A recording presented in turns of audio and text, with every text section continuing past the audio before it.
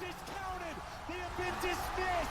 But DRX are your 2022 World Champions. My predictions were discounted. They were doubted. But I called the 3-2 for DRX. And we're here at the precipice of a new era of League of Legends. My name is Sandy Toes, and holy off-season is finally here. To my left and my extra left are my fellow Armchair GMs, Noxwars and Curly Double Q. Gentlemen, it is finally time to discuss the off-season, the FlyQuest rumored rosters, everything that is upon us upcoming in this offseason. Cannot freaking wait to delve into all of this with you. Personally, I have to start with Saturday night's events because one of the greatest, not only the greatest finals I've ever seen, but the greatest worlds I have ever seen. From start to finish, the story of DRX. Mind you, I'm sorry, I'm lording this over everybody. At the beginning of this tournament, I hopped on the DRX bandwagon, and I said I am riding this team to the bitter end. It's Deft and the boys. Firm. True. It was you have been doing that the whole time. All the way through. I was part of the 16% on LOL Esports Pick'ems to call the DRX win. You can screenshot my tweet right before Game 1 calling the 3-2 for DRX. What an absolutely incredible story. Nox, starting with you, we're going to touch on Worlds because we obviously have to for like 5 minutes, and then we'll get into off-season. Nox, I know you stayed up in a watch party all night. I stayed up as well, watching it. What was it like, from your perspective, to see just the absolute insanity that occurred on Saturday evening?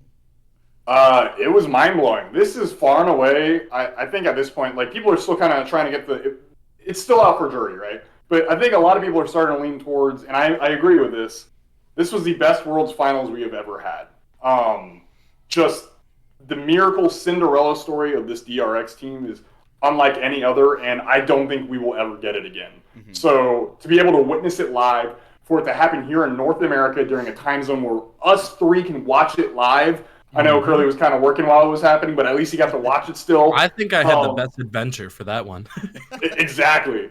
Point being, though, is it could not, at least for me, it could not have happened at a better time. Like, it's still cool this happens in Korea or China or Europe or whatever when we're sleeping, and, like, you still watch it the next day, and you're like, damn, that is hype, right? No, we got to watch this live. I got to watch this with, like, 7 other guys in the FlyQuest Discord, all having a great time watching it, and I just could not have asked for a better final. Just fantastic. Yeah, absolutely incredible from start to finish. Curly, give me the bartending experience. What was that like? I think I saw one tweet happened, and you were watching it on an iPad behind the bar, and then another tweet happened, and you had it on a TV in the bar. So give us the scoop. How did you manage to convince management on that one? Well, the fun thing is I was management for the night, actually. So I didn't have to convince anyone because I have a lot of trust at the bar, and the GM was out. And so when he's out, I have control. And so what I did, right, was my friend here who's visiting from England for her studies let me first borrow her borrow her AirPods so I could just on my phone listen to the opening ceremony. Then when that was done, we upgraded to her iPad where I was able to post it up at the end of the bar and watch it when I wasn't making drinks. Or as you saw in the second tweet, even while making drinks. Because I'm just cool like that. And then lastly, World Series had finished up. All the post-game coverage was done. And I was like, well, we're about to go to Game 5. I know how to get to YouTube Live in like 15 seconds. let's just put it up there. And I put it up there, and let me tell you, these dudes at the bar were so hyped. They're like, I don't know what is going on, but I love this. Which team do you want to win? I was like, blue team. And they're like, so do we. Let's go. And so when they won, we were like, yeah. And it was just honestly one of the coolest things I've ever experienced. It was super, super fun. So yeah, I had a wild ride of watching Worlds. Yeah, absolutely fantastic. Just the storylines all the way through. Two former classmates at the same high school 10 years ago, debuting back in 2013 together. One considered the greatest player of all time, the other never making it past quarterfinals until this year. Some of the other storylines in this finals, Beryl, making his third finals in a row and winning his second of those three. And I think he had been a very underrated support. He'd kind of been overlooked in favor of players like Kyria. And just some of the confidence, busting out the Game 5 Bard. If you guys have a chance, it's on the front page of Reddit.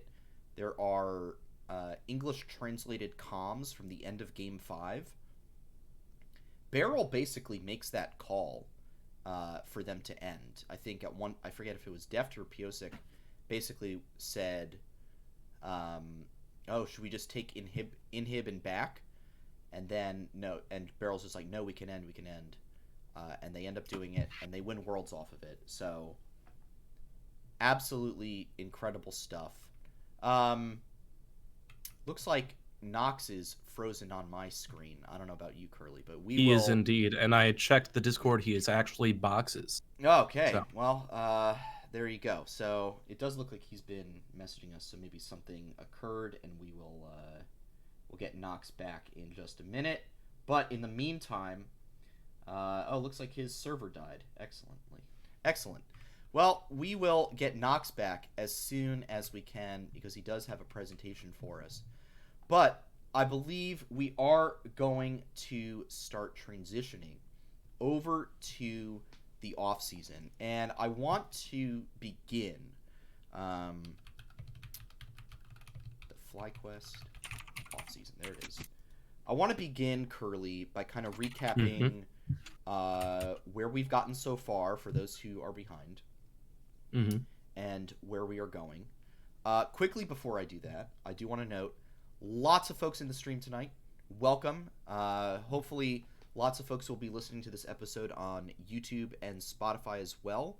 If you're watching live and you've got one of those fantastic Prime subs, would love to see one of those drop our way. And if you're interested in subbing as well, that would be amazing too. Feel free to support the show, but we're honestly just grateful that you are here.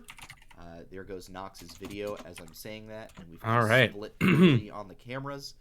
Don't worry about it. I can do the lean too. Excellent. Curly's gonna lean in to the Nox lean box. part 2 electric boogaloo. Actually, you should lean to your left. That way you stay in the Curly. Okay. There it is. All right. But we appreciate all the support you guys have given us. That is just my hair. Season 2 of Flight Check is starting to wrap up and come to a close, and we are looking forward to the beginning of Season 3. I cannot lean that way. I'm sorry. And all the things that we've got coming. It's going to be a good time. So, the FlyQuest off-season, it has started off already with the announcement, at least, of a couple players leaving or being allowed to look for different opportunities. And Curly, if you want to help me out here, because it might be a little tough for me to keep all of them in line. So right now, so confirmed, I believe, Kumo. Yes. I forget if he was, and this is my bad, I should remember this. I Oh, forget good. if he was completely released or is just being allowed to look for other opportunities. Well, so for a quick rundown of the GCD when it comes to FlyQuest, the blank spots are officially Kumo, Johnson, and Diamond. We also have Tomo's contract ending on November 22nd, and Jose Dioto allowed to seek other opportunities. So, assumedly, he will end up on a different team next year, or we decide he's a good fit for us and he gets to stay. It's hard to say. Yeah. And then the other big one as well, just announced the other day by the man himself. Jose Dioto did announce that he is being allowed by FlyQuest to explore other opportunities. He doesn't really have a regional preference, so presumably he would look NA, EU, maybe even back in. The man just wants to play some League of Legends, bro. The man just wants to play some League of Legends. So that is where we are at. We've got about 50% of the roster across both LCS and Academy already gone. Well, or, possibly about to be gone. And there is a lot of room for more changes to come. Curly, while we kind of wait for Nox to get back here, I want to hear your thoughts on specifically the Jose Dioto. Specifically the Jose Dioto news that he is likely. I would presume generally if a player says, "Hey, team's allowing me to look for new opportunities," that means they're basically on their way out. So I want to know what your take is on this. As we kind of get into the discussion. Yeah, I mean, so going back to when the season ended, I did say that, like, ideally, even though it's an unpopular opinion, I wish we could have just kept the roster, run it back, go for round 2 next season, and have longer term to develop. But I know that's just unrealistic, and I knew changes were going to occur. When it comes to Jose Dioto, it's kind of... I'm torn because I understand why FlyQuest might be allowing him to seek other opportunities, might be looking to potentially replace him because ultimately he didn't get to shine in the way that we probably thought he was going to when we invested in him. For me, though, I think the biggest drawback is the potential impact it has on the community, because I personally saw when we signed him a significant bolster in like Discord activity, bringing on a lot of the Latin and Spanish community like to FlyQuest. And so like when you have someone like that who's a big cultural icon on your team, having him leave is potentially a risk. Now, granted, there's a lot of other popular junglers out there, so maybe it's just going to be shift in who we bring in as fans.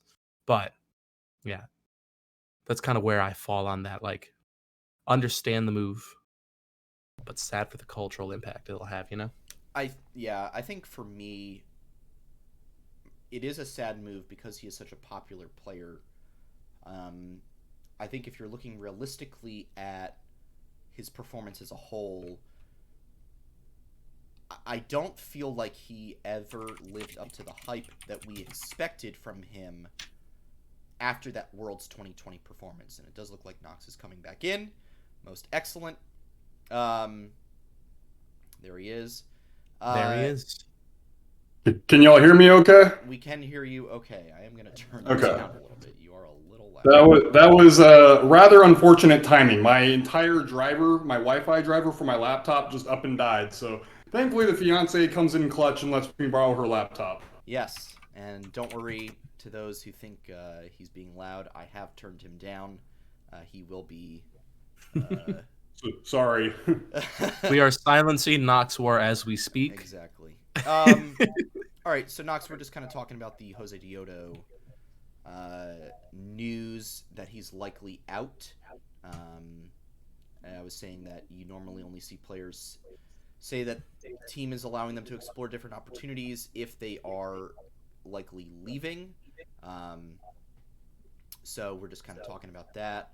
My take is that he unfortunately never felt like he really lived up to the hype that we expected from him after his 2020 Worlds performance.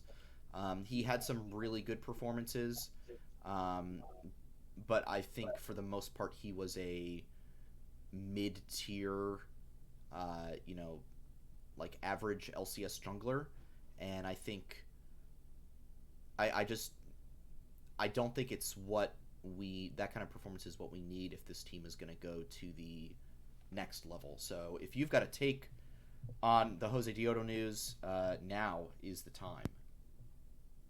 I think overall, coming into 2021, right, that was post-COVID, so Jose Diodo comes in, he had a great-looking Worlds playing against Peanut and LGD, and so FlyQuest announces, hey,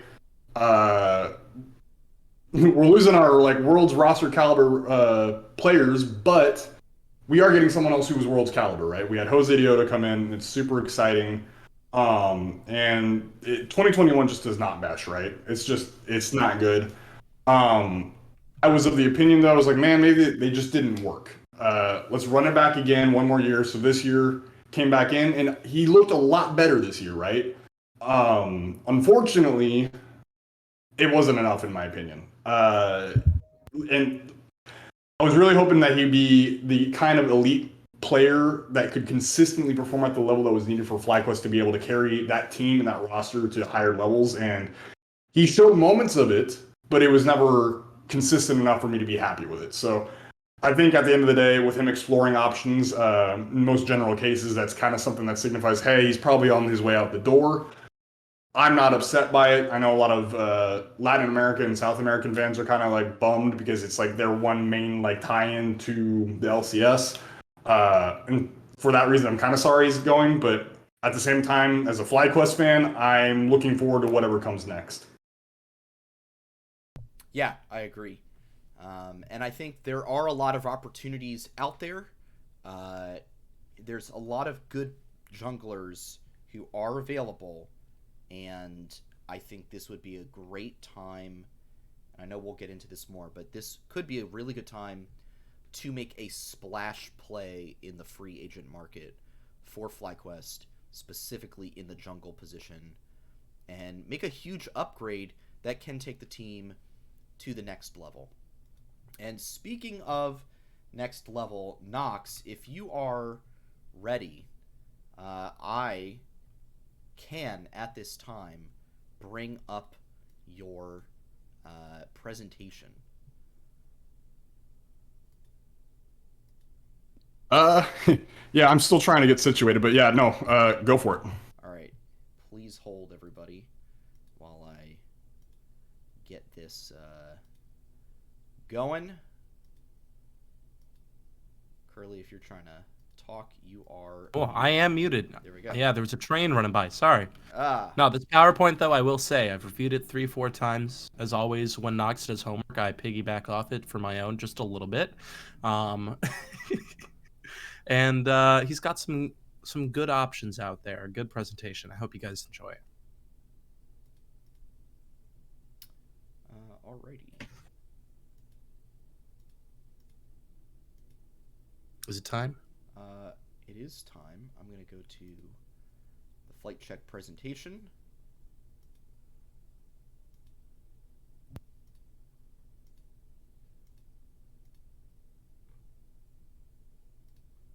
There we go. All right. Not scuffed at all. All right. Never Nox. ever scuffed. No, definitely not scuffed at all. So Definitely not scuffed. Noxwars 2023 Armchair GM presentation. Sir, if you would, please take it away. all right. Yeah, and you're in, just to double check, you're in control, right? Because I can't anymore. Yep. Don't Okay. worry. I will take care of it. Appreciate it. All right, guys. This right here is pretty much a rundown of the past, present, and what I hope to be the future of FlyQuest in 2023. So, with that said, and further ado, on to the next slide. This is what was our roster in 2022. You had Philip, Jose Diodo, Takui, Johnson, Aframu, Academy roster, Kumo, Yuji, Spyrax, Tomo, Diamond, right? So far already, heading into the next slide, this season has already kicked off. This offseason's already gone quick, right? Kumo, very quickly released. I believe probably about a week after FlyQuest was eliminated from playoffs. Johnson, very surprisingly, was released very quietly without any announcement from the org on October 18th. And then Diamond as well, somewhat recently. Oh, I also was released on October 21st. I'll get more into these players here in a little bit, but already, like, FlyQuest is moving very quick into this offseason, right? Heading into the next slide, I'm going to cover some of the goals that I'm looking for FlyQuest, and I've been saying it for 2 years now.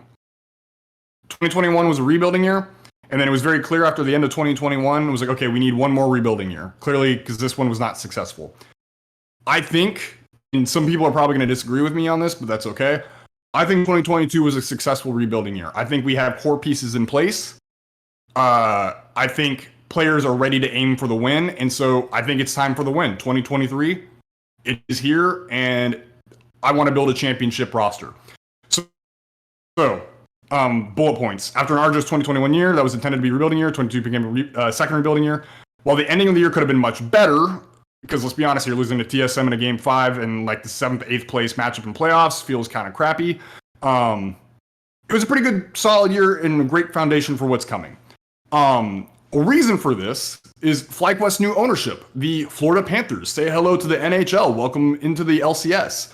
I'm hoping and somewhat expecting a bigger budget, and a lot of rumors that have been circulating around on Twitter seem to be supporting my hypothesis on that.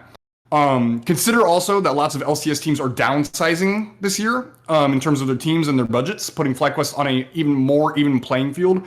I think this year presents an excellent opportunity for us to make a deep run into the LCS and go for a championship. I would like to try and repeat 2020. So yeah, super excited. I think Nick Fan is finally being given the tools he needs and the budget necessary to put together a roster that will be a legitimate threat in the LCS to win. And I am very, very excited about that.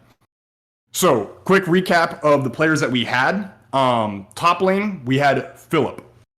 Philip made an unexpected appearance in the LCS this year, replacing Kuma at the start of Summer Split. This was done as a move that was said to be a better culture fit. While this culture fit seemingly did give a boost to the team's overall play, and when I say that, I mean specifically basically how they were playing the Rift. The actual results, their score line, their overall win-loss record for the split was negligible. It didn't really change all that much. So, noticeable improvements on the Rift, but actual win-loss record didn't really do all that much. So, having said that, come 2023, I will not be upset if Philip finds himself on the starting roster for the LCS team, because I believe by the end of summer he could be good, but it would be very dishonest of me to say that I didn't think FlyQuest could do better. So, having said that, moving on to jungle, Jose Dioto and Yuji. Starting off with Jose Dioto first. FlyQuest has officially had Jose Dioto for 2 years now and is still contracted for 1 more year. Kind of referring back to what I was saying earlier, he's being allowed to explore options, but he's still contracted.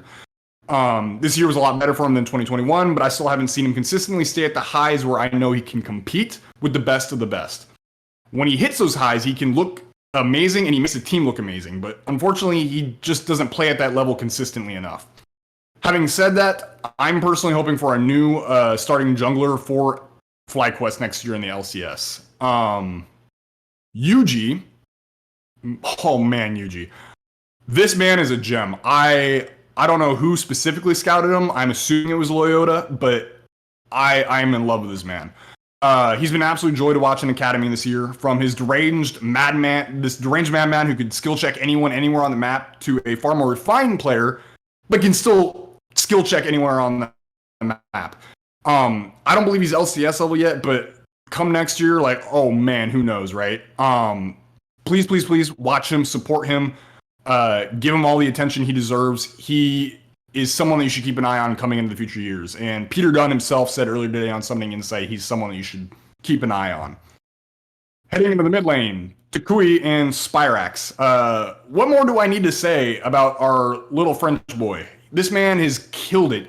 Comes in from the LFL into his first major region, gets back-to-back all pros in each split, and had a lot of conversation around him that he should have been possibly MVP, purely based off of what he brought to this FlyQuest team. I really truly hope we keep him. I've heard some very daring rumors, shall I say, about FlyQuest's new mid laner next year, if there's going to be a new mid laner, and I would really rather not. I want to keep him. He's been so awesome, and honestly, I would like to make him our franchise player going forward, because I think he's not even done growing yet, right? He's still super young. I think he can continue to kill it as the years come forward. Spyrax. Also with Yuji, was not someone I was expecting to pick up last year. In spring, I really wasn't really impressed with him all that much, but come summer, I'm very glad that FlyQuest did. He absolutely came roaring to life, looked great towards the end of it, and was competing for top 2 in terms of mid laners in the academy scene. What more do I need? He's an absolute keep. I don't need anything more than that. Bot lane, bit awkward. Johnson was already released. Tomo is currently being allowed to explore options.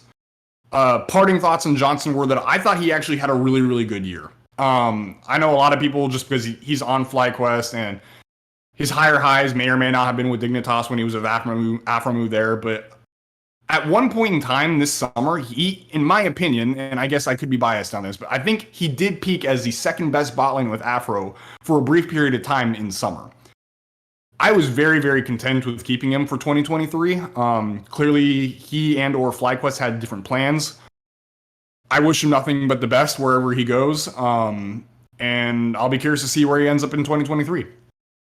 In regards to Tomo, I really, really hope someone picks him up in the offseason. He is LCS caliber, and with all the downsizing going on, I have to imagine that some team can find a spot for him. He's not going to be that expensive, and he is absolutely going to be the baseline, what you need AD carry for your team. It's just unfortunate because I really, really like Tomo. I just have bigger aspirations for FlyQuest, and I don't think Tomo is currently an elite level LCS bot laner, but he's good enough to be in the LCS. So I don't personally want him for FlyQuest, but I really, truly do hope he gets picked up by some team and he gets his chance in the LCS. Lastly, heading into support, Afromu. This man was my number 1 on my Christmas wish list last year, and we got him, and I was super excited to have him. Did he live up to our hype? For the most part. He had lots of moments of brilliance, and he had some questionable moments too throughout the year, but overall, I was very satisfied with the performance he gave the team on the Rift. And something a lot of people need to consider is a big reason why Sharks brought him on and Nick brought him on was because of his out-of-game leadership that he brings. This is something that if you go watch our interviews with Sharks years past, he just really, really highlighted the fact that Aframu is a great out-of-game leader and is someone that people want to kind of huddle around and follow, and he's just a great person to have on your team.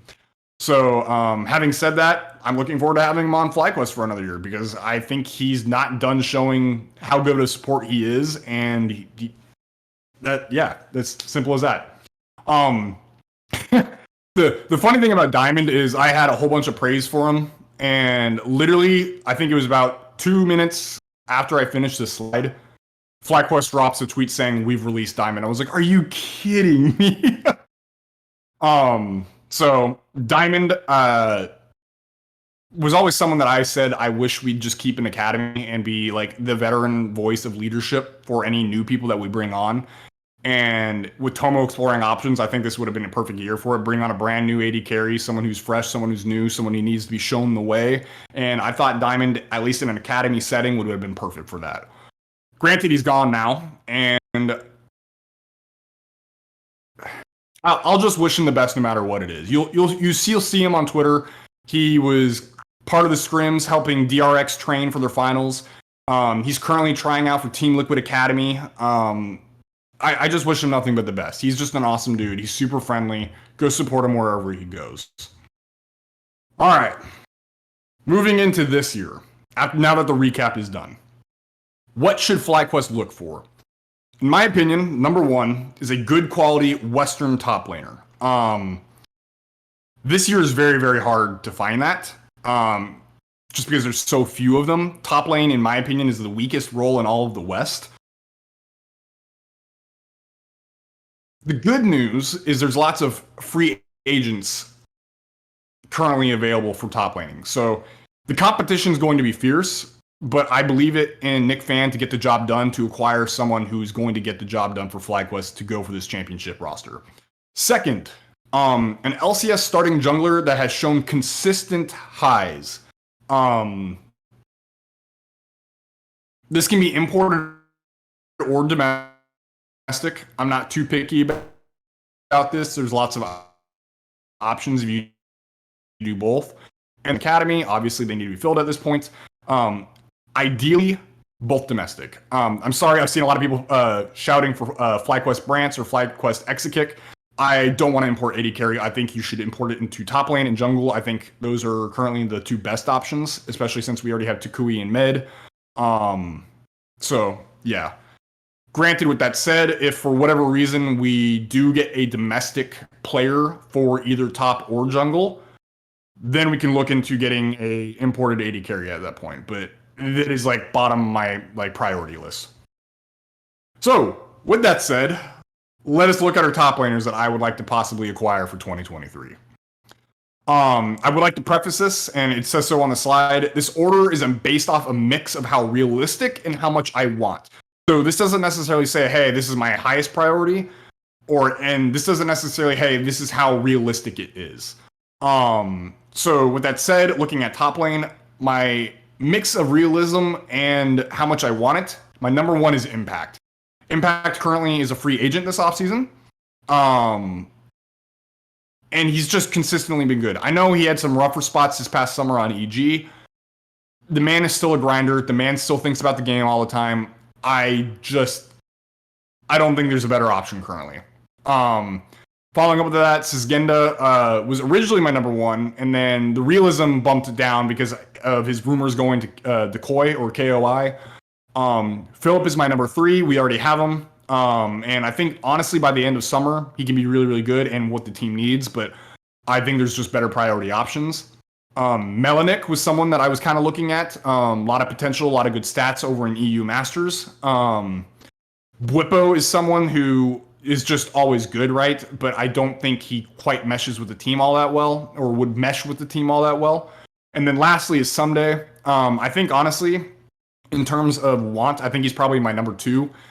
Problem is, I do not think 100 Thieves is going to drop him. I know a lot of people do think he's going to drop. I don't see it. He's so loyal to that org.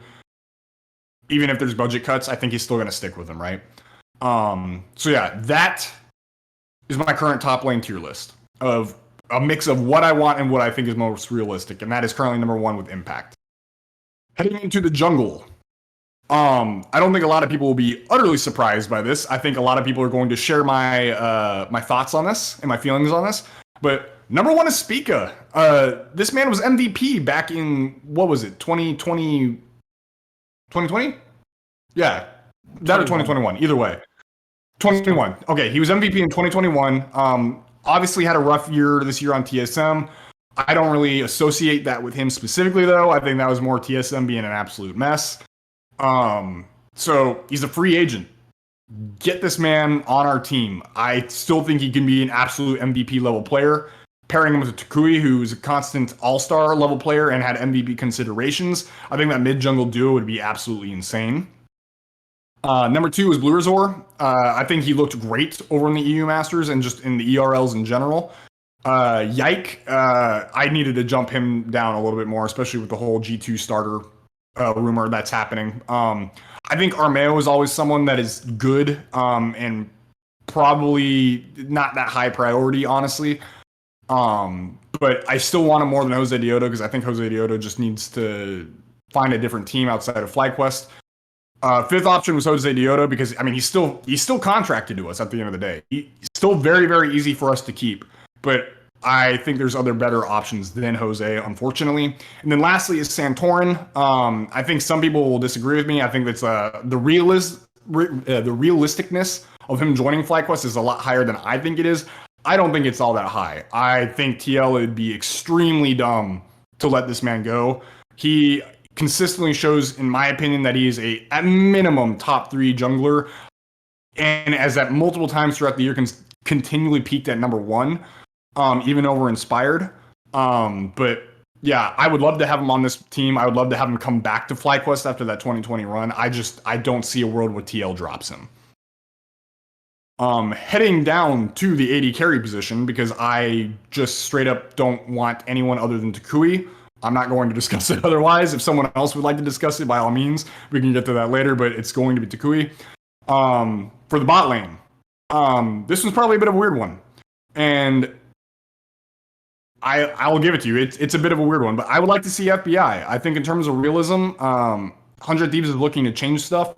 A lot of rumors of them going cheap, and I have to imagine that FBI has earned his keep and has earned a sizable and respectable contract.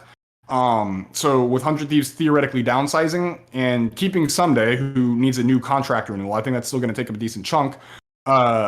I think FBI might end up available, and because of that, I think it's a very realistic option. And just on top of that, he's just good. He's just a good AD carry.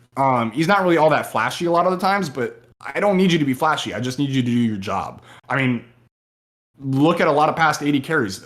Something Insight was talking about this earlier. Deft, some of the lowest resources had, but he was still middle to back in terms of damage throughout the LCK and throughout Worlds as well. He was just doing his job. So I think FBI could be that man for us. Number 2 is Tactical. A lot of people have talked about him. Free agent, very realistic that he could join the roster. He's still good. Very coin flippy, which is why I didn't really have him at number 1, but maybe paired with Afromu, the consistency could be bumped up. Tomo, after that, like I said, I think we could do better than that. But at the same time, if need be, I think you could absolutely slot in and do the job very well. 4 is Danny. Man, I'm talking so much, my voice is cracking. 4 is Danny. And it's funny because when I shared this list with Curly and Sandy, what was it, like 2 weeks ago now, guys? I actually had Danny at number 1. And the reason why is because my want for this is so freaking high, because I think he would slot into this team perfectly. And I mean perfectly. He's a young AD carry who can still use guidance from a great support teacher, Afromu. Is someone that you don't really need to do a lot in lane, just need to survive and then carry in the late game, which works perfectly with Takui's playstyle. And if you have someone like Impact, that would be perfect as well. And then you also have that built-in synergy with Impact. So yeah, but I think unfortunately with all the rumors that have come across and a lot of like what people are saying about Danny, it sounds like he's not going to be playing in the 2023 season, which is very unfortunate just because of how freaking good he is. So yeah, unfortunately I don't see him playing for us. And then lastly, I kind of wanted just to have a 5th person on here. Neo is currently a free agent. He's played with Afromu before. It's not something I really want all that much, but at the same time, I do see potential there, but it's not really high priority for me at all. So, with that said, the final slide of my presentation, my main roster, ideally, I would love to see being Impact, Spica, Takui, FBI, and Afromu. I think this roster could absolutely go for a championship. I think the mid jungle especially is just absolutely insane. I think FBI is just a consistent carry throughout the whole entire game, early, mid, and late. I'm not worried about him at all. And then Impact is always the rock in the top lane that you just need to have. I absolutely see a world where this is a championship quality level roster, and I'm very, very much looking forward to it. And then lastly, just a quick touch up. I know I didn't really go over any of the academy players or anything. I'm happy to go over this at another time later in the offseason. But I think my ideal academy roster would be Philip, because he's still good and I still want to develop him. And I think later on down the line, we can absolutely use him. Yuji, like I said earlier, absolute monster. I want to continue to develop him. Spyrax, this past summer, absolutely crushed it. Want to continue to develop him. I would love to pick up Wixie. I think Wixie looked awesome in amateur in the brief period of time that he was on 100 Thieves Academy. And then I think, and this is kind of my own personal insight because I got to listen to his comms a little bit while I was reffing Proving Ground qualifiers, but I really liked Plux a lot. I think he had great shot calling, and I think he's just a good support in general. So I'd love to see this man get picked up onto our academy roster. And having said all that, that is my 2023 armchair, even though I don't have any armchairs currently. I'm sitting on a bed. GM presentation. So there we go. Thank you guys for listening into it. Chat, you are now eligible to rip this roster apart. And YouTube comments as well. wherever you can comment. You can at Nox. You can yell at him, scream, hit him up in the Discord. That's it's a roster. Nah, I'm kidding. This would be this would be wild. I think this would absolutely be new ownership opening up the wallets, and making it rain for some of these players. Nox, quick question for you. Say you have this exact main roster, but you swap Impact with Phillip, right? We keep Phillip in the top lane, but those bottom 4 remain the same. How are you feeling about this roster in that case? I mean, it also does depend on what other teams do, right? So theoretically, just off the top of like the top teams I'm predicting, like Cloud9's expected to spend, I still expect them to be good. Team Liquid is keeping Core JJ. I have to imagine they're keeping Santorin. Those two alone are going to make that team good. So having said that, I think if you have Phillip in the top lane, at least for spring, I don't know if they break into top 3. By the end of summer, though, there's a very good chance they're fighting for top 3, though. So, and that's why I'm very okay if we do keep Phillip, because at the end of the day, I want to hit big in summer. If we don't hit big in spring, it's kind of whatever, because at the end of the day, I mean, we'll see what MSI changes are, right? So there's changes, but I'm not really huge in the spring. I just want to have a good run in spring, and then my main thing is like I just want to have a good run in summer because I want to see if these guys can make worlds. Curly, what are your thoughts on Nox's presentation, his final roster proposals? So, how are you feeling about it all? What I will say, this is number one. My favorite part of the whole presentation was how there was no other option for mid lane aside from Takui and Spirax. I love the dedication to those players, especially as I am a big Takui fan. And then honestly, this is a very solid roster. Impact is definitely one of the people topping my list for if we were to take a top laner from other rosters as opposed to banking on Phillip. But personally, I've said before, and I'll say it until otherwise, I will bank on Phillip. FBI, I'm going to be honest, is my biggest question mark. I did not see much from him this entire season on 100 Thieves.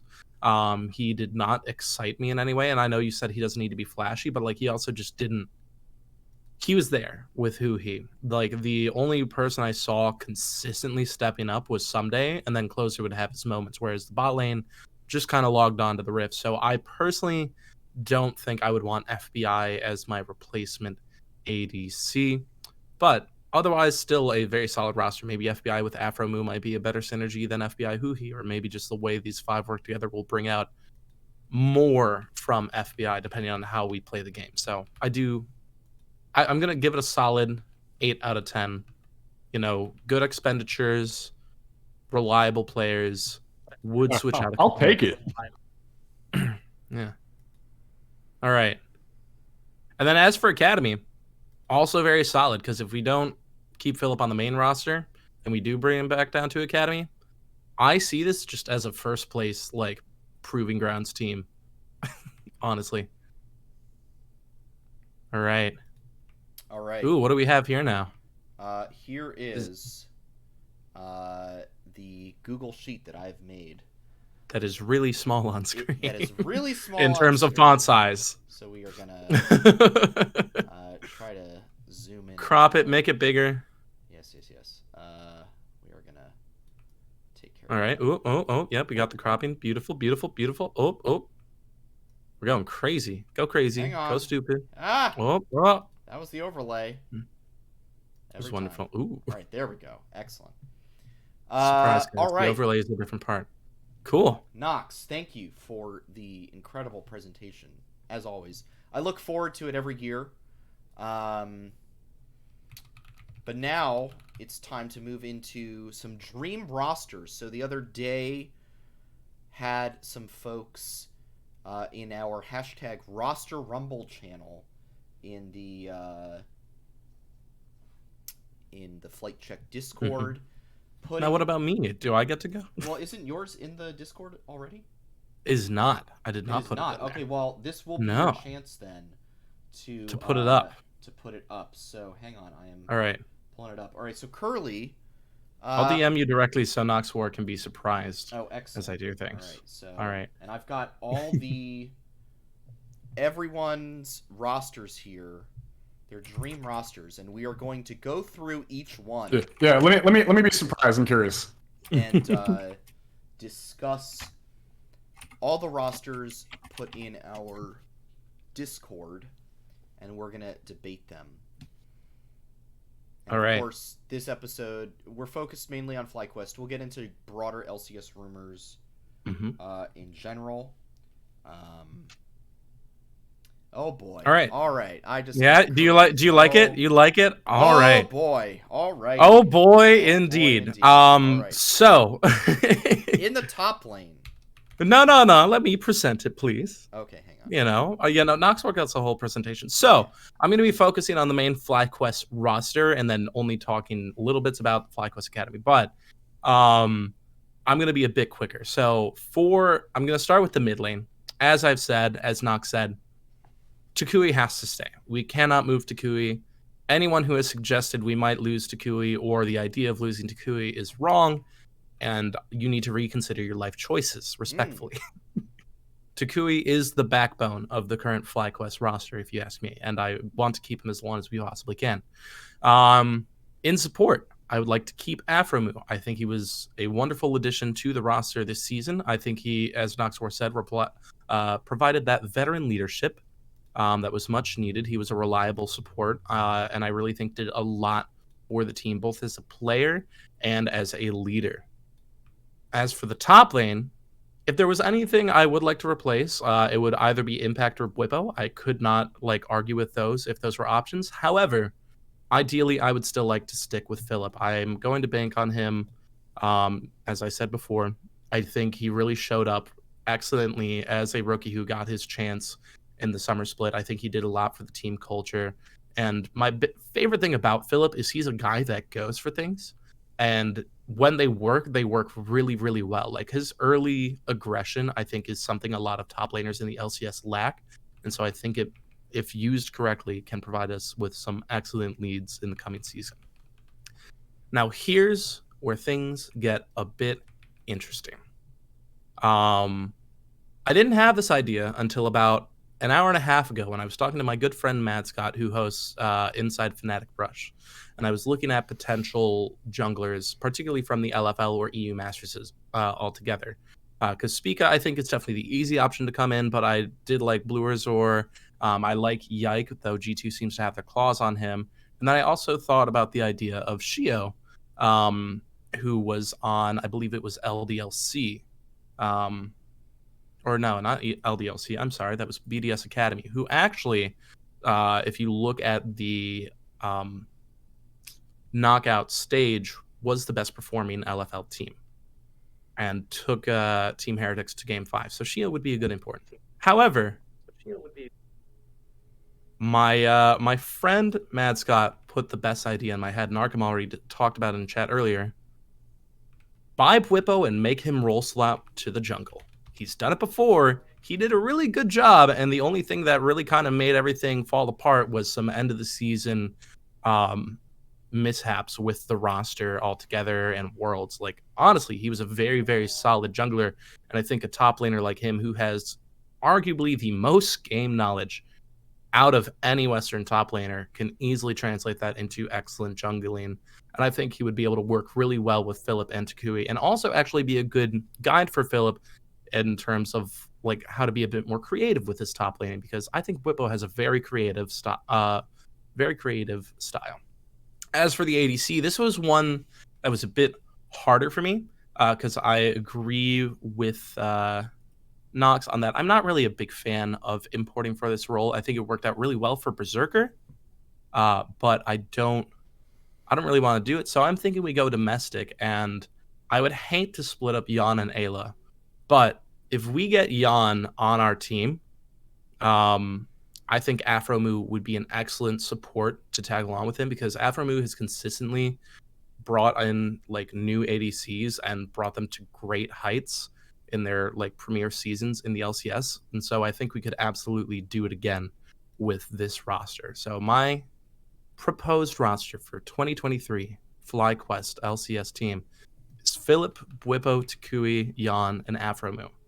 Now, if we don't get Jan, if we go for a different ADC, I would like to poach Jan and Ayla as a combo for our academy team. I don't want them to stay down in there. I do think they belong on the LCS stage, but if they can't make it, I want them in our system somehow. All right. I can respect that. I can totally respect that. I like it. Dang. You have a number grade you want to give him there, Sandy, for that? Man, I don't know about number grades. I wasn't prepared to do number grades tonight. And this is why Sandy is not a teacher. Everyone passes or everyone fails. That's just how it goes. Curly, not to copy the homework or anything, but I think all your logic makes pretty darn good sense to me. So I'm also going to give you an 8 out of 10. It's just a solid roster. When Nox gives me his approval, I know I was somewhat smart with my thoughts. So here we go. Yeah, I mean, I don't. It's the Bwipo roll swap, isn't it? It is the Bwipo roll swap. It's so good. Apart from that, I love the idea of getting Yawn. I mean, and here's the thing, and this is a bit of a different topic altogether, and maybe we can jump on this because we don't really have like a. This is already. We already planned this to be a longer episode, so I think we can spin off on these topics. What is going on with Johnson? Because per the global contract database, he's not on the team. But there's other players that have also left the team, like Diamond and Kumo, that have gotten the full-blown thank you for your time, tweet, etc. And them saying, you know, hey, thanks for the time here. So I wonder what's going on. Is this a contract, like, not dispute, that's not the right word, but are they renegotiating the contract? Is this really the he's off the team that we've all kind of taken it for? I will also note he's shown up in content as recently as this past week, I believe. On Twitter, they did like, weren't they doing like the slap fight or whatever it was, the tortilla slap? They were. They keep making a lot of quick TikToks with the players, and honestly, they're all very entertaining. Which is great. If you want to grow, keep it up, guys. But featuring in content as recently as this past week. So I am not entirely convinced yet that Johnson is departing the team. So as much as the ideas of like FBI and Yawn intrigue me, there's a decent chance that Johnson is still very much in the plans. And I really want to emphasize to anyone who's watching this right now, I really want to emphasize this point. The three of us have absolutely no idea what is going on behind the scenes. We basically have the same similar rumors and other nonsense that you see on Twitter that everyone else has. And we're just kind of taking some pot shots in the dark with the free agents that we know are available. And that is why I think Spica needs to be the jungler for FlyQuest 2023. Yes, sir. Season. Yes, sir. Fair enough. Fair enough. But I'm gonna kind of combo both of y'all's rosters here a little bit because I really want to keep Philip. Really want to keep Philip. I think he's a developing talent. We've really only had him for one split in the LCS. and I am hesitant to move on from him so soon. I think you need to hang on to him and continue to see what you have here, continue to see him develop, and hopefully that investment continues to pay off. In the meantime, you have an MVP caliber jungler on the free agent market right now in Spica. And Nox, last year your Christmas wish list was Aphromoo. Mine this year is Spica. If we do not sign Spica, Absolutely same, dude. Same. There had better be a really good equivalent or better jungler that we are landing instead. And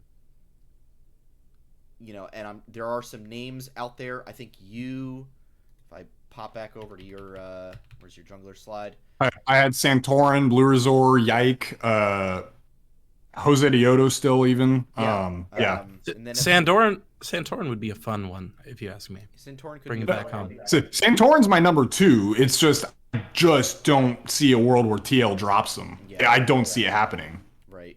And then looking at trying to pull up. There's always the chance that Santorin drops TL. Oh, where's the? I mean, this is true. I just, yeah. I mean, you're not wrong, Curly. I don't see a world where he's leaving TL. That's my main point. Piosik is a free agent. Courtesy of Park Mom in chat. Well, I actually also just saw that in the offseason tracker. But there's a lot of names out there. We have not historically been a team to import from Korea, although there are a couple possibilities from there. Good old Flame back in 2018. Yes, I mean we kind of, but in the last 2 years we haven't really been. Yeah. I mean, in terms of EU junglers out there, I believe there's players like Maxi, Schlatan. I'm looking. Dan is out there as well. I think he was on GDXL this year. Blue Resort is out there. Alex was on G2 Arctic. There's a fair amount of good EU ERL junglers out there that are possible. Spica, though, comes to mind as probably the top one for me, just because we know the caliber of player he can be. We know what he offers. And again, this all hinges on the idea that Jose Dioto is talking to other teams and is basically looking for an opportunity to move his contract elsewhere, right? So there's that. I agree with the boys. Takui, please stay with this team. Nick fan, please do not sell this contract. This man was a top 3 LCS mid. In my mind, he's still very much like under development. This was his first year as a pro, realistically. Like, he played in LFL, yes. But this was his first year in a major region, and he was basically top 3 both splits in a row. And I think he can only improve. I think there's only improvement available. And, if you're going to import, you need to import wisely. We imported very wisely, and we need to stick with that investment, in my opinion. Where I begin to differ with you guys is in the AD carry position. I don't think Team Liquid is going to be dropping Yawn. My prediction is actually that Yawn is going to be Team Liquid's AD carry. FBI would certainly be interesting. And there's a lot of bot laners. I mean, to be completely honest right now, I do not know what AD carry I would want to get. I do know what ones I don't want. I don't want double lift. Me too. All right, we're all in double lift. I don't want double lift. I don't really want Neo either, if I'm being honest. And I don't really want tactical. I know other people have said names like Arrow. I don't really want Arrow. You know AD what? carry for me was like the hardest one to like look for, in my opinion. Here's Like there weren't like really like, oh, that's who we should be going for, you know? Yeah. I think Sandy just doesn't want an ADC period. We're gonna be this new thing where we log on with Nick Fan going AFK just so we have a 5th player, and then just have the 4 of them play it out. Technically, Jackie Love is a free agent. That's all I'm saying. As is, you know, LWX, Gala. These are all free agents. You're crazy. Viper's free. Viper is available. And I'm just looking at where there was something I was just looking at that mentioned all the. So what I'm hearing is we need to find a support to role swap to AD carry. That could be the case. You know, Afro, you could go back to where it all began. Actually, hear me out. Sven? Question mark. Sven. Not my biggest fan. Like not the biggest fan of him, but like. I think if you look at like names on paper, Sven is very interesting. I don't think he would synergize well with Afromu, in my opinion. Yeah, see, that's what I completely agree, Sandy. Sven, as much as I'm not a fan of the dude, is a very good AD carry. However, I don't think his personality. I mean, you literally had FlyQuest touting Philip as a culture fit.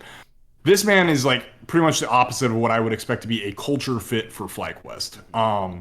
So I don't think it would work out. I don't think his brain and the way he operates would be all 100% functioning for what he can do on this team if we brought him on. So I do hope, even much as I don't like him, he's fun to like root against for me. So I do hope he gets a team. I just hope it's not FlyQuest. We'll keep kicking your ass, Sven. Here's my thought, though. Mm-hmm.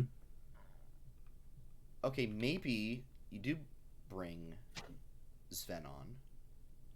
Oh, but you pair him with a different support. But then we have to let go of Afro. Well, yes. What if you bring on Ayla as the support? What if you buy out Ayla?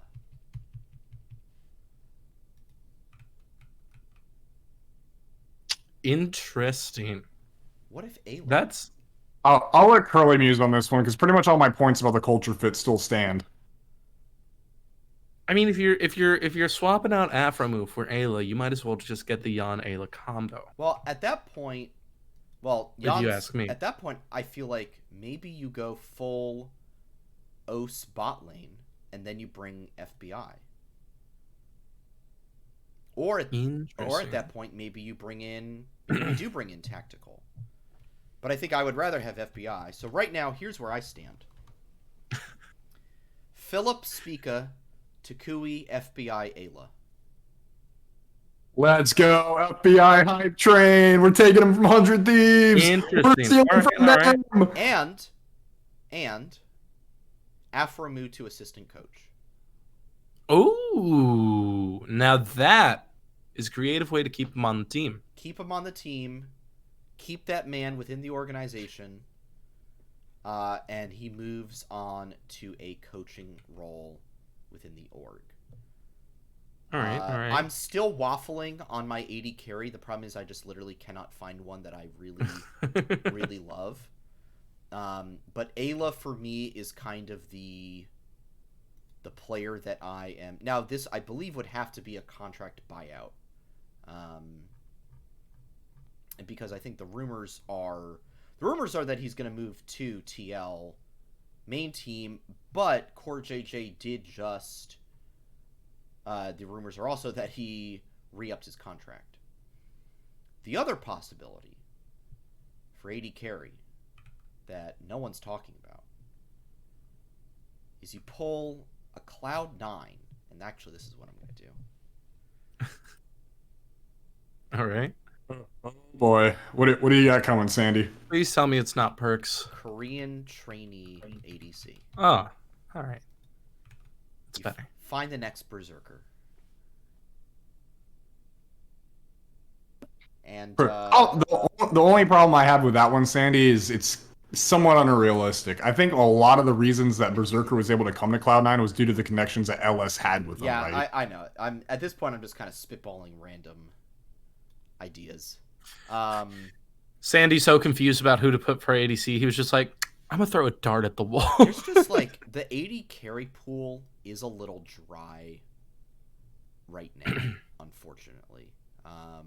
There's a lot of good tier 2 AD carry talent and tier 3 AD carry talent, but there's not a lot of good tier 1 AD carry talent currently in North America. Unless you wanted to, I'm saying this literally to make someone, a very specific person, mad in the chat. Why don't you grab Mia from EG Amateur and promote them up to LCS? All right. I'm just saying stuff at this point. Honestly, let's just all right. I'm not gonna comment because I've listened to her comms and I've watched her gameplay and I'm just no comment. Oh boy. Look, if we're poaching an ADC from EG, it should just be Kaori, if you ask me. I think at the end of the day, here's where I think I do end up returning back to probably the FBI Ayla is the most realistic idea. With a I'm loving how confused you are during this whole bit. It would basically be like if I had to rack and stack it, FBI, tactical, and then I suppose if Johnson doesn't come back, then it would be Tomo. But I don't think Yawn is possible. I don't see realistically anyone else. Maybe you get like Bean from Fnatic Rising. From Fnatic's Academy team. I'm good. It's like no. All right. You could get like Jezu from SK maybe, but like none Also of these good. names are super like inspiring. Jeskla is available. All right, Sandy. I'm gonna. All right, let's move it along. You're just aimless. Yeah, you gotta commit at this point. Question marks. All right, let's go. Sandy doesn't know what an ADC is. I don't. I truly don't. All right. Classic jungler. Anyway. The roster. Yeah, I never ganked bot, so. All right. I've got him here. Roster longtime rumble. Friend of the show, Hooli. I'm going to put these down. I feel like we should go with his first picks for each one. Yes, because he has multiple picks. So he's going Santorin, Tukui, Import, Afromu. So this roster looks relatively similar to Curly's, except importing an AD carry and bringing in Santorin in the jungle. Thoughts on this one, guys? I give it a solid, also 8 out of 10. Personally, always love the idea of if we can get Santorin home.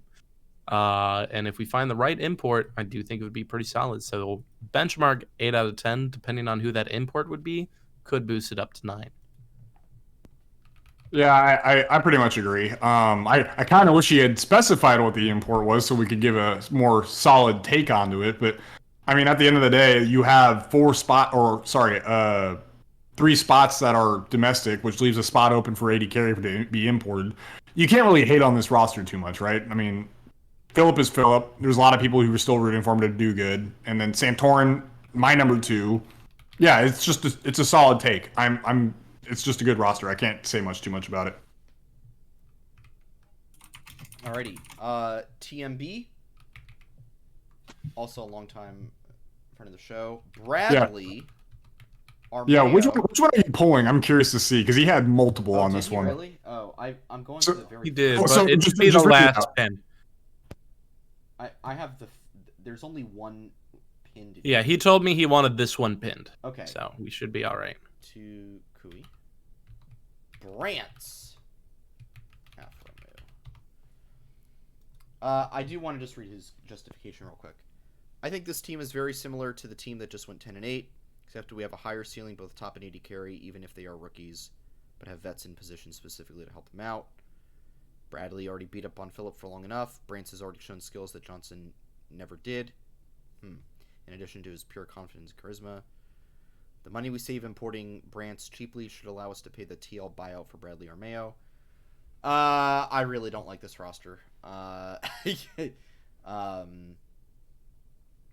It just feels like he kind of made the main argument against it. It's like we're just doing the same thing all over again. Unknown players who, one of which would really have to prove himself on the LCS stage, one of which we've not really seen that much on the LCS stage, and another who we've kind of already seen a lot of and wasn't, like, brilliant. I think for me, Bradley, I think, is the best part of this whole roster in terms of proposed changes. Because I want to say he's consistently won Proving Grounds the last 2 years, correct? Bradley won this year. And I think he won last year as well. Yes. All right. Yeah. So he's won Proving Grounds back to back. So clearly a reliable top laner from the academy system, or at least someone who's been with reliable teams. So if you can make the rest of the team reliable and Brands pops off more than expected, maybe there's a good shot for this one. But I would see this one peaking at 5, like a 5th place finish with a lot of overpass and a lot of upsets. Yeah, I'm kind of in the same boat as you guys. I'm not too hot on this roster. Bradley, I think, is just a better Philip, and I'm already not like he's better than Philip, but even then, it's kind of I'm not expecting Philip to peak until summer. It's the same thing for Bradley. He's gonna have to get used to the LCS. He's gonna have to adapt. There's a lot of room for improvement there, and that's not the goals that I have for FlyQuest this year. Armeo is one of my options. He's just not one of my highest options. I think he can absolutely be serviceable. I think he can do a great job. But if you're going to put Armeo onto this roster, you're going to need to be harder hitting guns than Bradley and Brance, in my opinion. So I don't think Armeo fits in here. And then Brance, he's not a bad AD carry. I think he looked very solid on the world stage. But at the same time, you're also importing him from Brazil, and I don't even know if he speaks English or anything. There's a lot of adaptations that you have to make. There's too many factors to be factored in here, and I don't. There's too much reliance on certain variables that we don't have control of, and for that reason, I'm not a huge fan of this particular roster.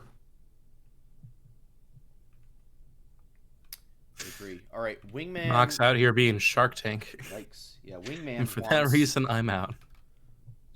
Splashy import. Santorin or Spica.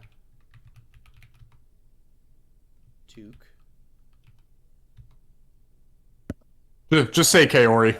Kaori. Yeah, just say Kaori. Afro. Lots of Afro. And then that's what he wants. What he expects. Philip, Santorin, or Spica. Tuke. Import. Afro. I don't hate any of this, actually. Honestly, this just sounds like your original roster, Sandy. Yeah, it kind of does. Except the import goes to top lane. Actually, like, his expected roster is kind of what I was expecting. Just with Afro instead of Ayla. Yeah, I kind of agree with all that. It's kind of like a mix of you and mine. Like, because I wanted an import top, and then he just chose to go the domestic jungler route, and so that opens up for a I guess his want he can't do because Kaori's an import technically, so never mind. But he would need some Academy AD carry, which you could find.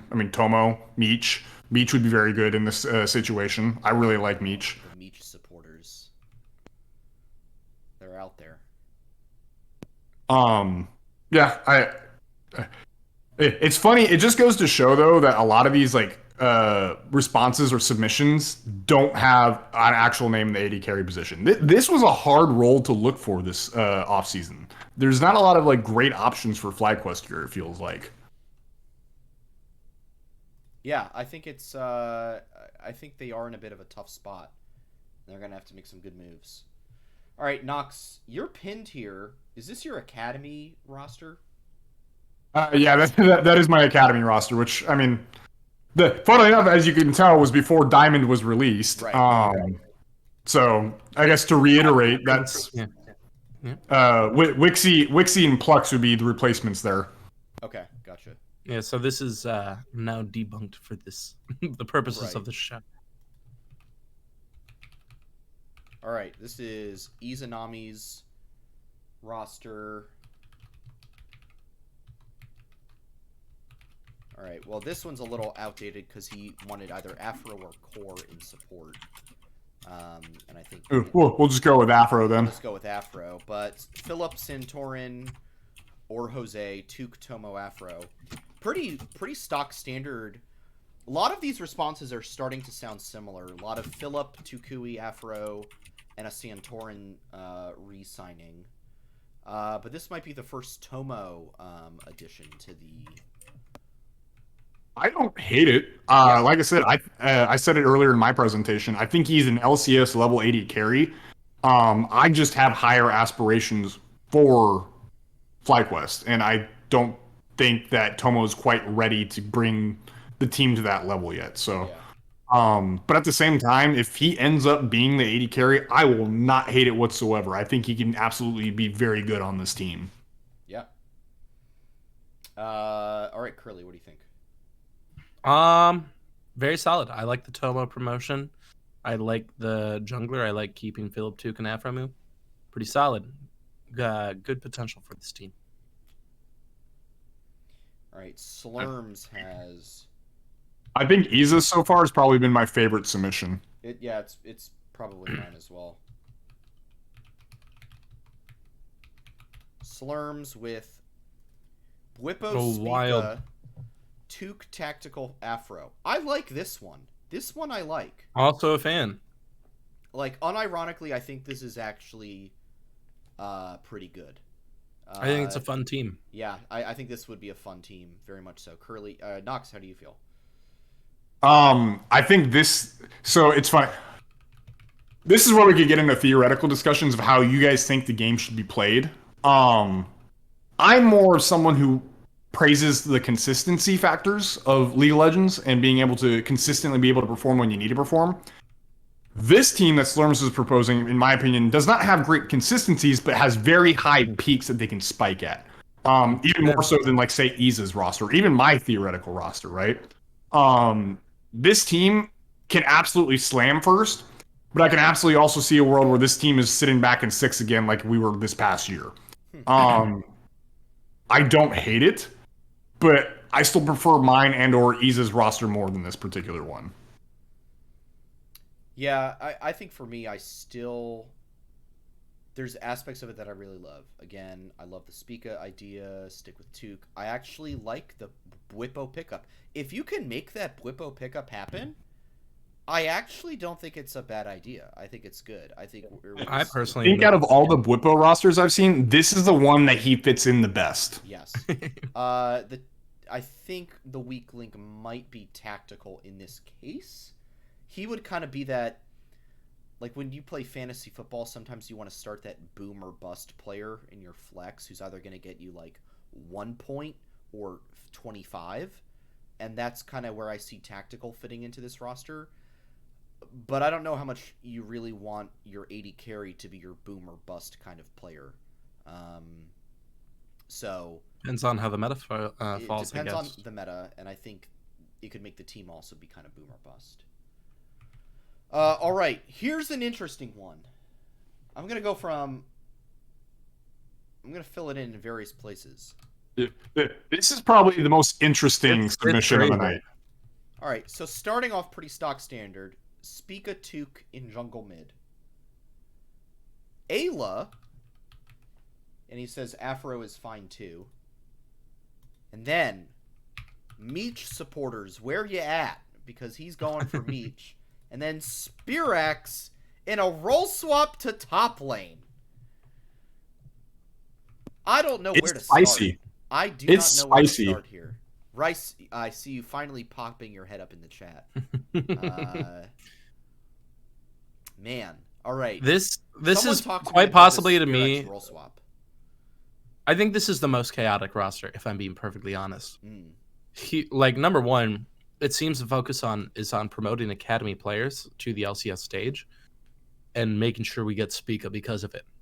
Like we're putting all our money into securing Spica from anyone else, and then using what we can with the rest of the funds to promote our mid laner into a role swap, and then get a decent bot lane.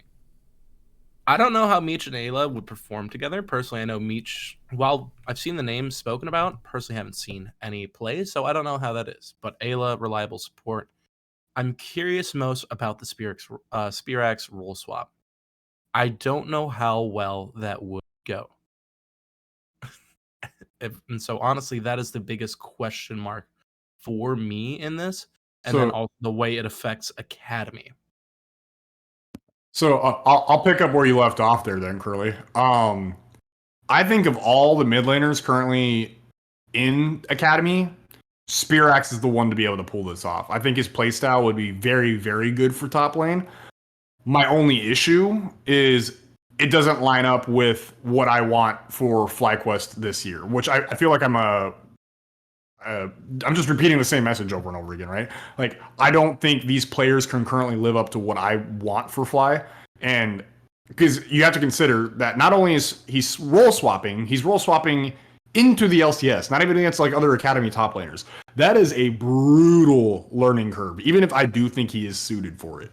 So for that reason alone, I don't want to see this. If this was like a rebuilding year, like if this was like 2021 or even last year, I've been like, yeah, dude, like do it. This looks sick. But no, I not for this year. I want to go for the win this year, and I don't see Spearaxe being the key to that.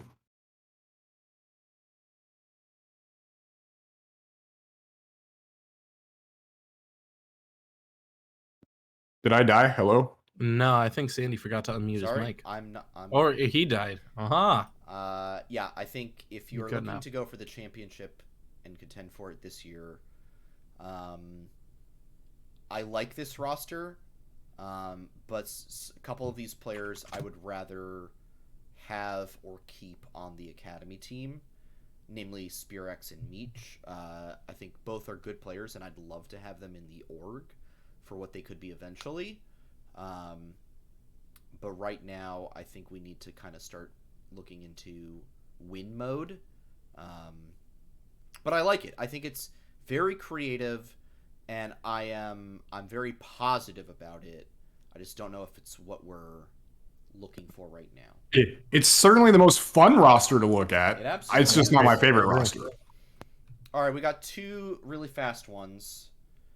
Lee has Flyer, Flying, Fly, Quest, and Fly. It's just blank. Oh, I do have one legit one as well, Sandy, that was DM'd to me. Oh, do you? All right, hang on.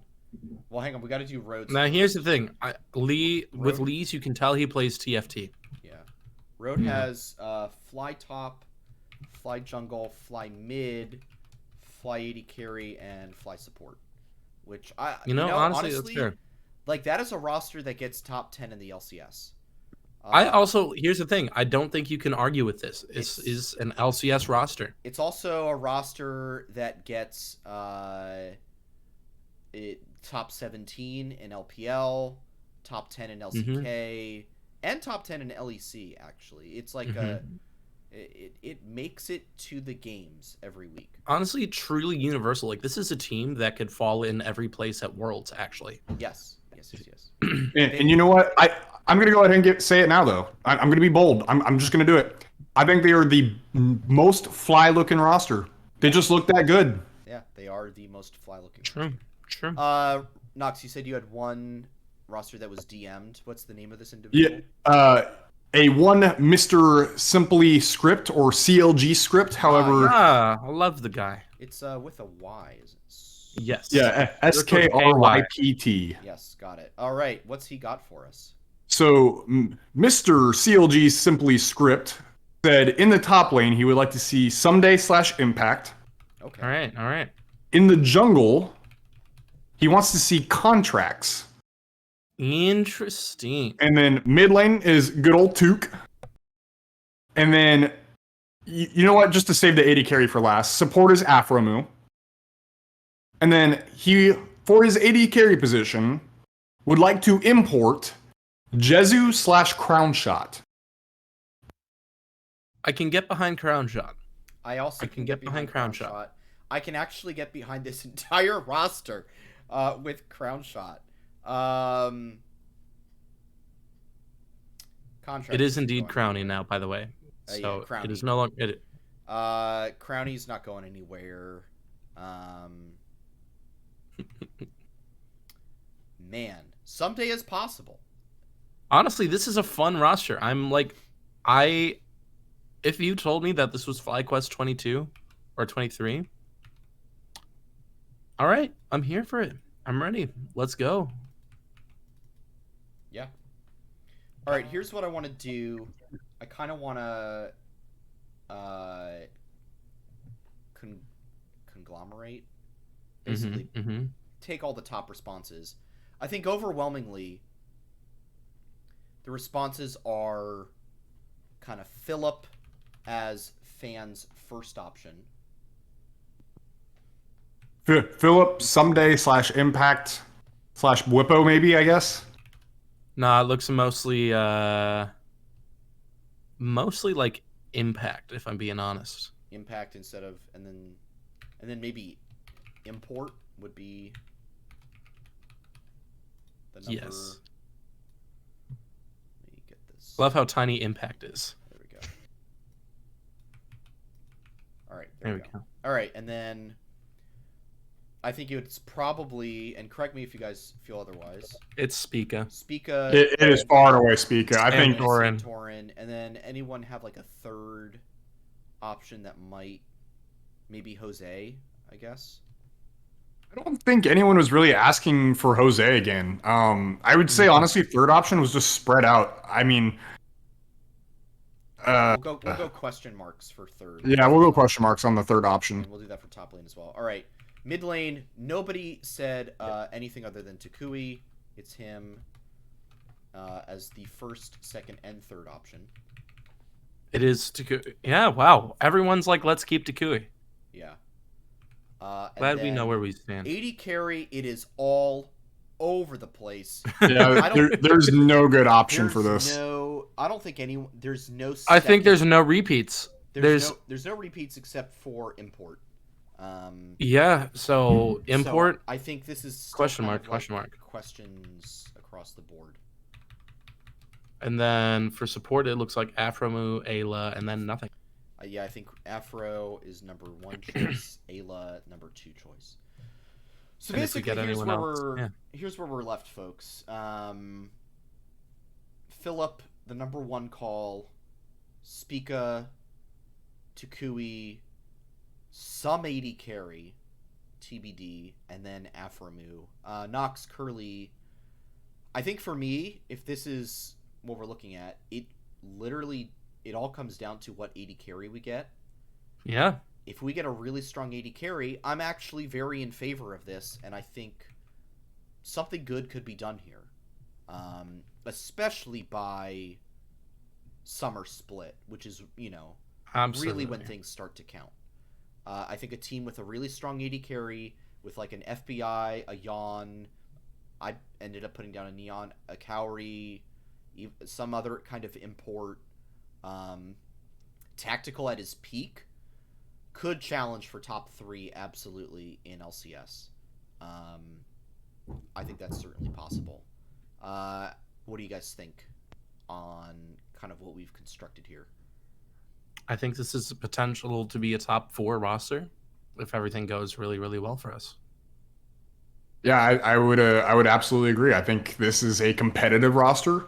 I'm just not necessarily confident if it's a championship winning roster. So, and I really want to push for that championship this year. I really, really want it. So, I also want to push for that. I think at the very least, what we could do is with this 4 and with the right 80 sleeves slotted in for either first or second, if I'm being honest, I think we could definitely make it to Worlds. We'd have to fight all the way there, especially with expectations of like big money being dropped from other orgs. But on paper, there's a chance for Worlds next year. Yeah, I agree. I think the opportunities could be there. So, as a quick side tangent, how would you guys feel if we had the roster you just listed, Sandy, and instead of the import, it was still Johnson? I'm not mad with that. I'm perfect. I'm honestly quite content with that. Wait, sorry. State it again, please. So the quote unquote the conglomerate of everything you just listed, but instead of the import AD carry, it was Johnson one more time. I wouldn't hate it. I don't know if I would like love it, but you know, I'm kind of ambivalent about it. I you know, Fair. sure, I guess. I mean, again, actually, Arkham literally just stole my point in the chat. I don't really know if like any of the, besides maybe FBI, I don't know if any of the names that anyone listed is really an upgrade to how Johnson played this year. I don't think Johnson played bad. I felt like at times, especially in that Jinx hyper carry meta, he was a top 380 carry in the league. And I feel like he's absolutely a top 580 carry, just like as a benchmark. He's top half. So if he plays at peak and he's playing with a team that really supports and communicates well and has good macro and all the things that you need for a good team, yeah, I think Johnson would be a fine, you know, addition's not the right word, but it would be fine if he remained with the team. I wouldn't be mad about it. But, you know, a couple bad games and you're going to start having people go, oh, but what if we had done this, you know? So that's how I feel about it. People may start saying what I'm saying about Philip. It was like, we could have done better, right? Yeah, could have maybe tried for something new. I hesitate to say, oh, we could have done better. Because you simply do not know. You know, maybe, okay, you bring in Impact, and maybe he just absolutely, like, is trash all year for some reason. He just has, like, an off year. You do not know what you're going to get. It's very difficult to predict how player synergies will work out. Sometimes you can kind of guess. Like, I think there were a decent amount of people who were like, that Vitality roster might just blow up. And blowing it was going to the whole time. It blew up. Yeah. But then other people thought like the Team Liquid roster was going to just absolutely clean stomp all the way through. They didn't qualify for Worlds.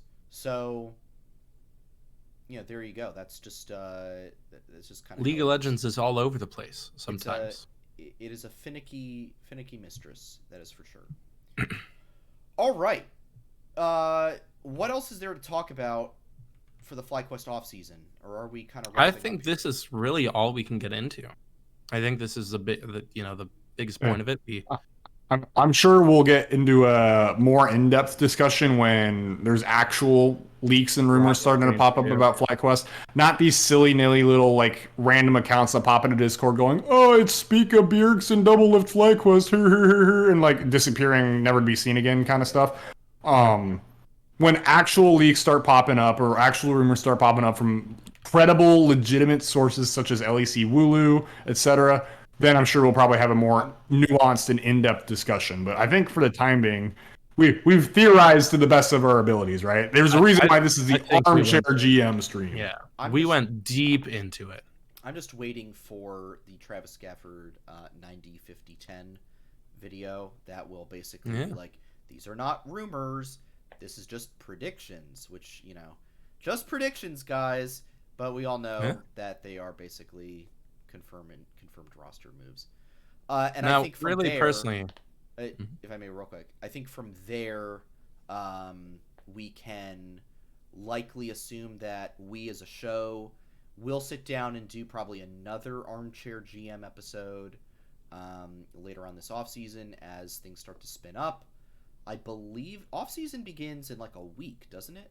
technically? Two weeks. It 2 should weeks. start on the 20. It's either the 21st or the 22nd of November. Happy Thanksgiving to all who celebrate, because that will Yeah. be a tough week for you if you are out of a team and you got to go celebrate Thanksgiving with your family. Hopefully, Big F for 100 Thieves right yeah, now. big I'm going to be yikes. honest. It's gonna be a tough one. But we will likely come back around. There will be so much more to discuss in terms of off-season rumors, predictions, confirmations, and so much more. But I think for now we're gonna start winding things down. So just to bring it back, lots to say. Nox, why don't you kind of give us some general closing thoughts on everything that we've discussed tonight, and then Curly, maybe you can follow up afterwards. Yeah, I think from the sounds of what the community is asking for, we're for the most part all somewhat in the same page, or at least in the same range, right? Like, even if we don't all agree on necessarily the same player, there's someone somewhere in the same caliber of quality that they're offering up as a suggestion as well. And I don't think any of us had any players that were offered up tonight where it was just like, ooh, no. Like, even some of the more weird ones, it was like, you had to think about it a little bit, right? And it was like, I mean, I could see a world, but it's definitely not like I'm doing this, right? So, I think, not to say that we speak for the community or anything, right? But I think our little community pretty much is all on the same page. We know what we want. We have our Christmas wish list, or Thanksgiving wish list, if you will, set up and ready to go. And I'm looking forward to going into this offseason all together, honestly. It's nice to kind of be unified in it, right? And hopefully FlyQuest can deliver, even if it's not exactly what we want. It's something that we can definitely be happy with. Carly, how about you? Yeah, I think a lot of great options proposed tonight from both you guys and the community. I like all the potential options. I agree with Nox. It seems like for the most part we've got like our core that all of us agree for, and anything we don't have a unanimous agreement on, we're like still in a similar boat of what we might want. I think honestly the biggest hole obviously being ADC, because ADC is just a big question mark across the board if you look at like the contracts ending in the GCD. So yeah. And then also personally, I'm just excited for when we finally have roster confirmations, so I can start looking into the players for next year and getting ready to hype them up and cheer them on. Yeah, I was gonna say, I hope you're ready. Like, if we import someone, I hope you're ready to do some flight check radar stuff with me, Curly. Oh, it's already on the docket, bro. Excellent. Let me quickly note. Double Lift tweeted excited for next year, and then Bjergsen just replied to the tweet that Spica posted of him with Double Lift and Bjergsen. So leaks right here on the show. Spica Double Lift Bjergsen coming to Dignitas near you. Dignitas. I don't know where Dignitas got that money. I'd love to see the credentials on that one. I'd love to see the series. We don't even know if Dignitas is going to be in the LCS next year. Yeah, they probably will. If we haven't heard anything yet, they probably will. All right. Before we close out the show, I want to thank our friends who subscribed tonight. Nate ID for the 6 months. Thank you very much. BC, our friend from 100 Talk Pod, subscribing with the Prime. Road Roller with the 5 gifted. And then Arkham Avalon also with the gifted sub. Thank you all so much for the support. Big viewer. Thank you, guys. Really means a lot that everyone would come out and enjoy the show as we go over some preliminary roster ideas, talk rumors, discuss everything, look over your rosters as well.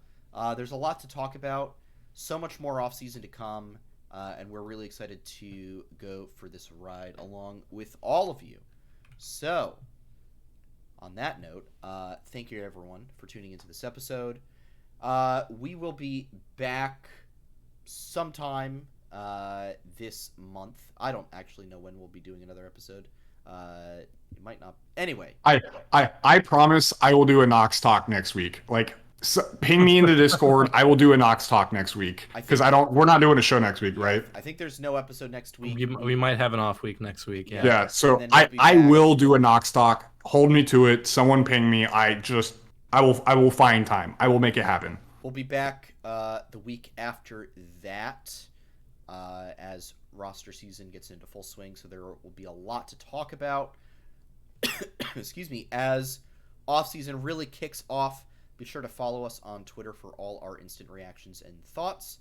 You can catch the show at Flight Check Crew, myself at SantosDB, Nox at Noxwar with 2 R's, and Curly at Curly_QQ_. Make sure to hop into the Discord as well, the Flight Check Discord, where all kinds of esports discussion and otherwise takes place, including all those rosters that got posted that we discussed tonight. So if you want to get on the show like that and have your roster discussed, throw one in there.